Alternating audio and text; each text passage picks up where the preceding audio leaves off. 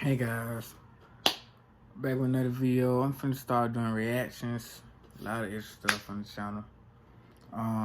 Today I'm finna react to a horror story animated.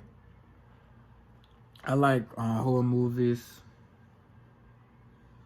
horror stories, and horror games. Like I just like horror.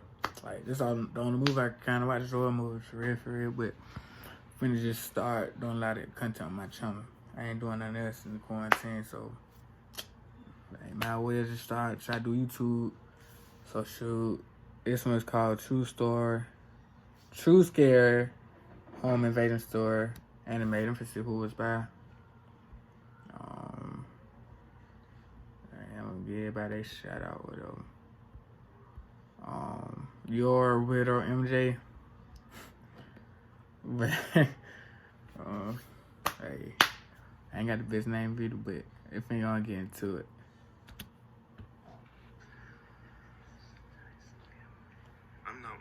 Pass up an opportunity for a good deal on some high-grade cannabis. So when I received a text from a friend of mine telling me that he could sell me a quarter ounce of some good shit for $25, I jumped at the chance. He led me on all day, telling me he would be dropping it off in the evening. Like it's all you do smoking. Evening came, and so did the text saying he'd drop by later that night. And finally, at 11:30 that night, I received a text that sent a ping of anxiety running through me. "Sup, man? I'm headed out of town for the night. Your sack is in the garage under the ladder." I knew exactly what this entailed. I was to walk the 5 blocks to his old residence, a mutual friend's house where he lived in a loft in the garage, slip in unnoticed by the neighbors, search until I found it, leave the money, and be on my merry way.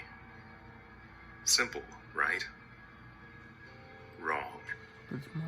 The walk started off sketchy enough with the lone street light on the block going out as I left, plunging me into this unnatural pseudo-darkness. I walked along in silence, the only sound coming from the highway some distance away. I'd walked this walk before, even at this hour, but I couldn't shake this anticipation in my gut. I reached the house, which I must say is absolutely terrifying at night. Nice. Something didn't seem right. My friend is very strict with his bedtimes. This meant that the house was dark at exactly 10 p.m. each night. Tonight, though, there was a glow coming from the first floor. This could have been a number of things. Maybe he had other friends over, brought a girl home, getting a late-night snack. I quickly reassured myself as I stepped through the door into the pitch-black garage. I closed the door behind me and got to searching.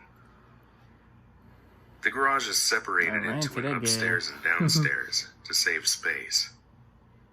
Upstairs, there's a washer and dryer, while downstairs was box storage that led under the stairs, forming a cave-like lair. Not gonna lie, it felt like a robbery simulator, rummaging through my friend's garage unnoticed, looking for drugs. My heart began to race at the thought. It really started racing, though, when I heard the heavy footfalls stomping their way toward the inside garage entrance. I had kicked a paint can on accident, so they probably heard it. Now, my first instinct told me that I should make myself known. It was my friend's place after all. He probably even knew about the whole deal. We'd laugh, he'd point out where it was, and I'd be on my merry way. And that's when I realized something. My friend does not own a single pair of boots. In a split instant, I had ducked down under the floorboards behind some boxes. The door outside was quite far away, the footsteps quickly approaching, so escape was not an option. I had to hide it out. I was so confused, I felt like I was in a slasher movie, hand over my mouth to keep from hyperventilating and everything. I listened as the door slammed open, the footsteps creaking slowly along the floorboards just inches to my right. They paced around the garage Wait, for not what seemed high. like ages, grunting and taking heavy labored We got the breaths. singers out and everything. Well, you not high. They stopped at the top of the stairs, never making their way down though. Soon enough, they made their way back into the house, slamming the door behind them. As soon as the door clicked, I bolted, and I didn't stop running until I was back home, Guess tucked ain't away worth in a bit. bed. Every single light in the house on for the rest of the night. I wasn't about to get the cops involved with the situation, lest they go searching and get my friend in trouble, so I simply sent him a text message and went to sleep. I awoke to 2 texts in the morning. The first was a message from my dealer friend, asking me if I was alright. The second was a text from the friend who owned the house, telling me he got stuck at a friend's house overnight. I was so fucking confused. Later that day, the friend with the house sent me news links over Facebook with no caption. It was a news report about a burglary and murder that took place on my friend's street. 2 houses had already been confirmed as being broken into in the middle of the night.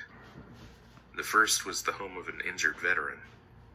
He was found in the bedroom, a 9mm slug lodged into his head, all the valuables in the house gone. The second house was my friend's. I ain't buddy got. Dome blew off. Video was nice. Shout out to I forgot the name again. You already know MJ, it's a nice story, nice animation. We got a dome blew off trying to get some gas. Well, sure, it wasn't him trying to get some gas, but you know. But I see y'all in that video though. Peace out.